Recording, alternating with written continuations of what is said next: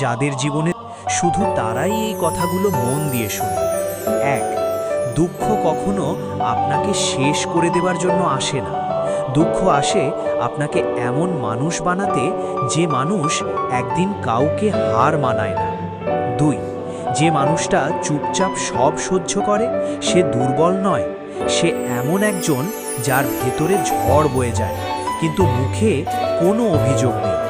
3, আজ যদি তোমার জীবনে কষ্ট বেশি হয়, মনে রেখো সৃষ্টিকর্তা কাউকে সাধারণ বানাতে কষ্ট দেন না, কষ্ট দেন বিশেষ বানানোর জন্য।